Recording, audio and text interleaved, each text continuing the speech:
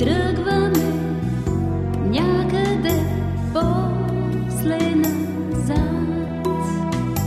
Тръгваме някъде път като път. Искали питане наш е света.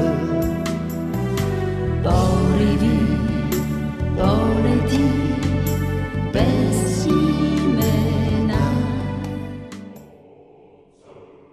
Родил съм се в 1875 лето, 14 декември във Варна, от съвършенно бедни родители, при обстановка никому завидна.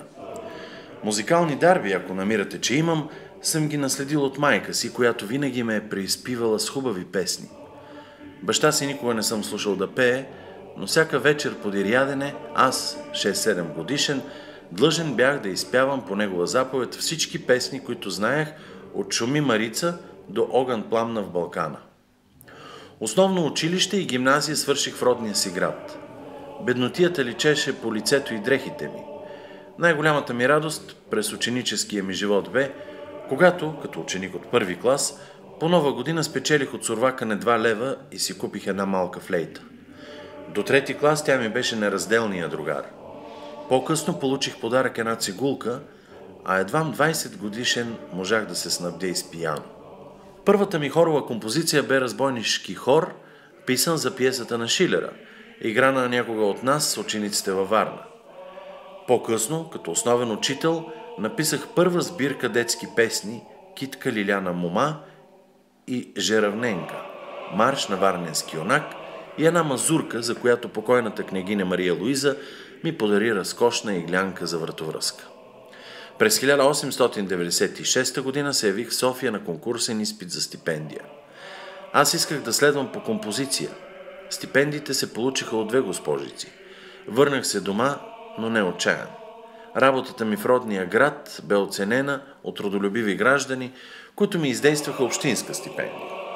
В Прага свърших с успех композиционния отдел на консерваторията, като се удостоих да бъда приет в класа на покойния вече славен компанист Антонин Дворжак. След това какво съм написал, вярвам се знае.